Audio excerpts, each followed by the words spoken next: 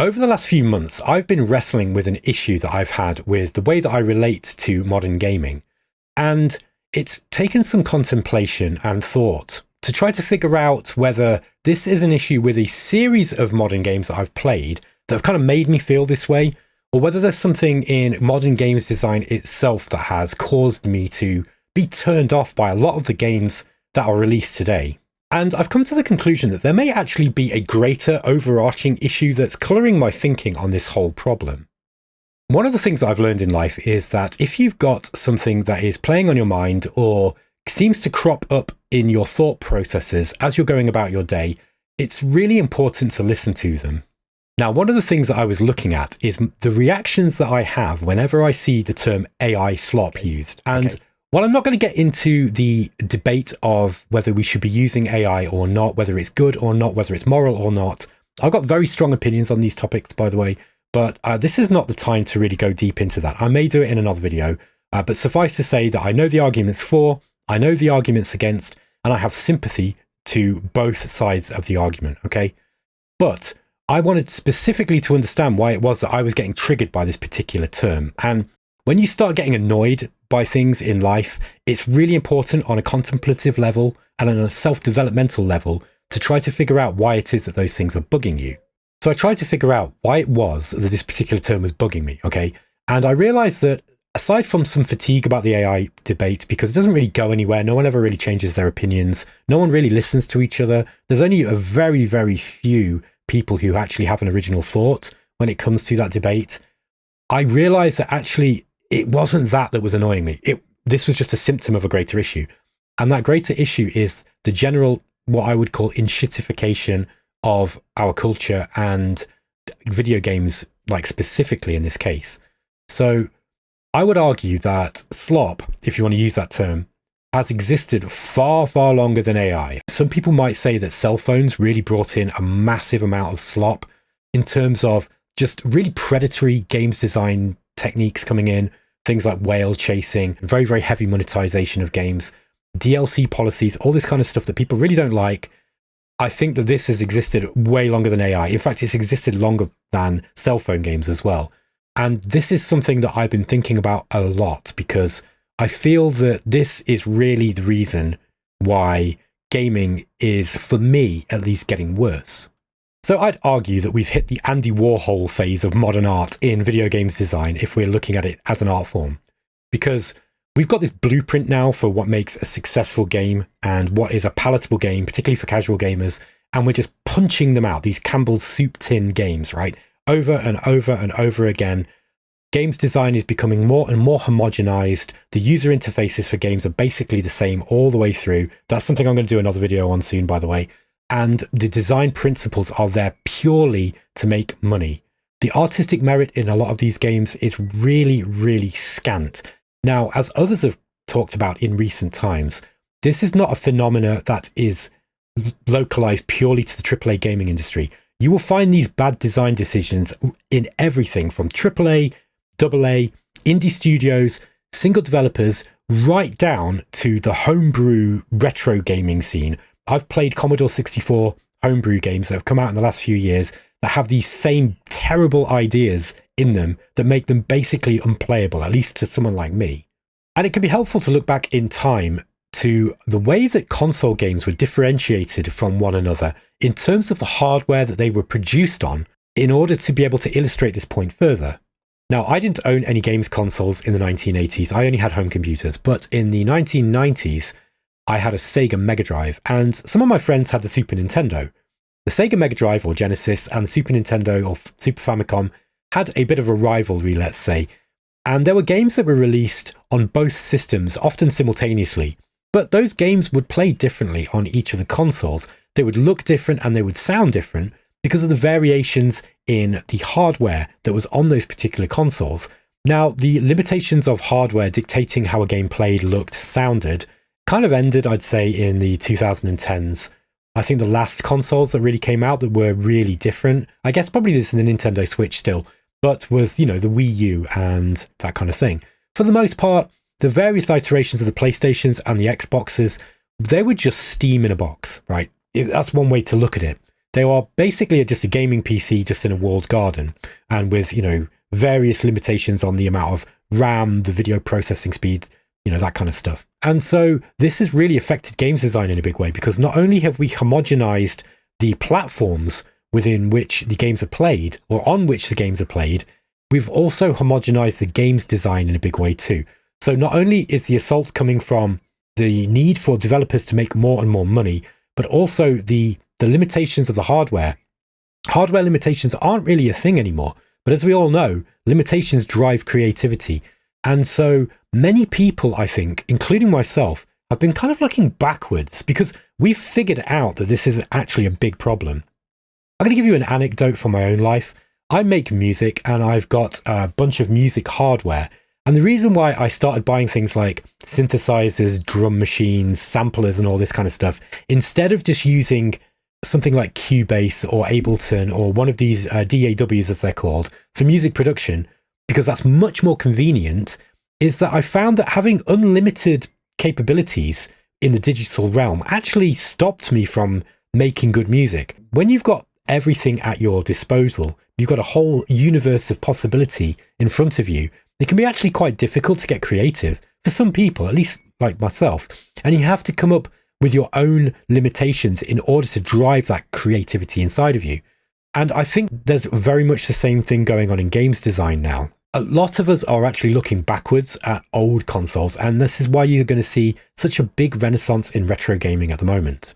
Now, retro gaming is getting very popular, but what I will say is that it does, on the surface, suffer from some of the same issues that I've just discussed, where when you first start getting into things like emulation or playing old console games, usually using software, you've got, 50,000 games at your disposal immediately, and it's very, very difficult for you to kind of focus down on the games that are really important. At least in my experience from talking to people, they tend to get into emulation very, very hard for a couple of months, and they'll just go through and play a little bit of like 200, 300 games, and then they just move on. They're like, I don't like retro gaming anymore. And I think part of the problem is that there's just too much choice. So I am going to be talking a little bit more about some of the ways that we can mitigate this issue, because I still think that retro gaming, at least for me, is where a lot of the fun is at right now, because the games just don't suffer from the same design issues that we get today. So how do we get around this particular problem? One of the most exciting modern innovations in retro gaming is we are starting to see old consoles being re-released. And this is an interesting thing, because while ostensibly it seems that these consoles are being aimed at a very, very narrow band of gamers who are not only hardcore gamers that are going to be interested in retro gaming, but also a very small subset of those gamers really who are collectors and are willing to pay money for a physical version of a game that most people will just go and find for free somewhere online, right? And that is a bit of a hard sell. So it's never really expected that these consoles are going to be selling to a large number of people. But I want to make a case for why I think it is that we need to see a return to hardware-based game systems, because I think that it does help to get around this issue where games design is done by, a mixture of the marketing team and the UI designer, and where the needs of the company size mean that they have to be designed in a very, very specific way. Retro gaming doesn't have that problem. The games already exist. If you actually pay money for a game, right, you're going to spend more time with it. And that is an interesting thing, because I'm sure you all feel this problem where you see a game advertised on Steam or something and it's in a sale and it costs like $5 or something, and you buy it, you play it for like 20 minutes and then you move on because there's something else shiny that comes along. Now, I'm cautious when I say this, because I know many people in the world live in areas where, money is not quite as easy to come by as it can be in the West. And, I've certainly had my phases of life where I've basically had no money. So I want to be a little bit cautious, because I know not everybody has this problem. They can't really afford to have this problem. But in the West, many people do. And it's really easy just to plow loads and loads of money into gaming and never really actually play any of the games that you've got. So I was really excited to see then that SNK have licensed a new Neo Geo AES console in 2026. It's going to be released in November. Now, The Neo Geo is a really, really fascinating game system. It was a dual-purpose machine, really. It was designed to run in arcade cabinets, and then they also made a home console version for those same games to be played at home. I remember when I was a kid in the early 90s, seeing Neo Geos and Neo Geo games being advertised at the back of video game magazines in the classified sections and the shop listings. And they were so expensive. I think the Neo Geo was something like £500 or £600 just for the console. It may have even been more than that. And then the games themselves were about £200 at least. And bearing in mind that it was never actually released in the UK, so you had to get them as a kind of grey import from the United States. But the Neo Geo really had the best games. One of the things that I would say now from playing Neo Geo games quite heavily recently on my Mr. FPGA system is that Neo Geo games being designed for the arcade enforced healthy games design practices. And that is why most Neo Geo games now are still played by many, many people. Don't get me wrong, there are a few duff games on there, but when you were paying, $300 or £200 or whatever it was for a single game, and these games were mostly also available in the arcades, so arcade operators had to know that they were replayable, they would make them money because they were good games. The games design was generally good, okay? So I can tell you from personal experience that playing Neo Geo games in 2026 is still as good as it was back in 1990 or 1995 or any point of the Neo Geo's operational life cycle. And so it's really interesting to see SNK release this system again because these games are the exemplification of great games design. So as of the time of recording, the AES Plus system is going to be retailing, when it is released in November, at about £180, which I think is quite reasonable for a games console. And they are re-releasing 10 of the best Neo Geo games, and they're going to be about £70 each. Now, this sounds like a lot of money for a game, and particularly when you are aware that these games are available, elsewhere and, for a lot cheaper, let's say. And that's a difficult sell for a lot of people. Why would you pay for a console and for physical games when you can find them elsewhere pretty easily? Well, I would argue that this is a great way to get yourself into playing your games more, okay? When you buy a game like Garrow, Mark of the Wolves, or King of Fighters 98, or Metal Slug, any of the Metal Slug games, these games are incredibly replayable. They are more replayable than modern AAA games, in my opinion, generally speaking, because you're not just getting 40 to 80 hours out of them. These games have infinite replayability because of the arcade games design that's behind them. They are designed to be played forever, repeatedly. And so it's going to be a great exercise, I think, if you are in the position to be able to afford a system like this, to be able to look at the games that you're buying and going, this is going to be £70 of my hard-earned money. This game's, 1, got to be good. 2, I've got to like it enough to want to play it endlessly. And 3, if I buy this game, it's not going to be financially viable for me to get bored of it within 10 minutes and then try to move on to the next thing. With original Neo Geo systems and games now going for crazy money on eBay and other marketplaces, they're just so expensive. I think that there's the potential for this AES Plus system to actually target a bigger niche of gamers than just the pure collectors market now. I think there is a growing dissatisfaction, generally speaking, amongst people like myself and amongst a lot of the people who are going to be using terms like AI slop, where they're just feeling just generally cheated out of the real artistic integrity that we used to get in video gaming. And so, although this is an expensive way to kind of limit yourself to just a small amount of games, I would encourage this kind of practice in the gaming industry in general.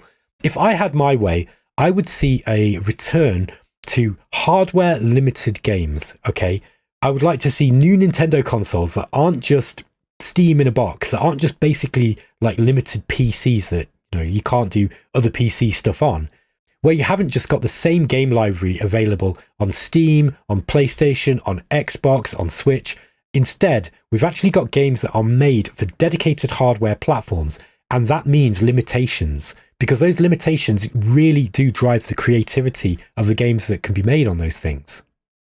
With this in mind then, I did actually shell out for one of these NeoGeo AES Plus consoles to be released in November. And I'll be doing some videos on it when I finally get it. I bought a copy of Metal Slug, and I also got a copy of Garrow Mark of the Wolves too, both of which are top class S tier games in my opinion. I think Garrow is one of the best fighting games I've ever played. And, you know, I don't have nostalgia for that game because I never played it originally. I played it for the first time this year and I've been playing the hell out of it, and it's absolutely amazing. And I think with Metal Slug, there is no way that you could play that game and not argue it is one of the best produced, most beautiful looking and beautiful playing run and gun games ever made. They just don't make games like this anymore. It's not possible. I don't think the talent is in the industry anymore to make games that are just that good. So I know this is not really a topic that is going to appeal to all of my fans, because a lot of you come to my channel wanting to see strategy gaming content. But I suspect that strategy gaming is also going to be affected by this phenomenon. And obviously consoles aren't the best place for strategy games, okay? However, I think that if we can start looking at games in this framework of, this is the limitations that I have got, what can I do with these limitations? Then we're going to start thinking about games design in a much tighter way, in a much more focused way, and in a way that's not just about making money. Now, if you work for a big games developer and your sole idea is to make money, don't listen to any of my advice, okay? I'm talking about this purely from the perspective of a gamer who loves to see great gaming and loves the art of gaming, okay? Now, I work for a games developer, and I wouldn't even dream of trying to preach to, you know, my boss or any of the people at the company and saying, well, you know, we need to start making games like this because there's no art in games anymore. It doesn't work like that, right? I'm hoping that games developers and publishers are going to be able to find their own way of navigating the troubled waters that is the gaming industry right now, or how it's going to be in the near future at least. And they will come up with their own ways to increase the quality of their games so that the games that we're getting in our hands are of a higher quality than a lot of the crap that we've been fed over the last decade or so. So I think there is a halfway point somewhere between games as great art and games that make money and are great money spinners for the publishers and developers too. And hopefully we can find that. But in the meantime, for people who are just after great games, why not go and check out some of these old games that are around right now? Because I've had a massive, massive blast playing Neo Geo games over the last couple of months. It's rapidly become one of my favorite systems, and I like most of the home console systems. I love the NES. I love the Sega Mega Drive because that was what I had when I was a kid. I love the Super Nintendo. There's just so many great games out on all these systems, but the Neo Geo is particularly good. And to see it getting a new hardware release is really, really exciting. Don't let this just be something that fizzles out, that only a few collectors buy. Look at this and try to see the potential of what it's going to be giving to the gaming industry in general. It's going to be giving us authenticity. And that is something that is really, really lacking right now in our culture, I'd say.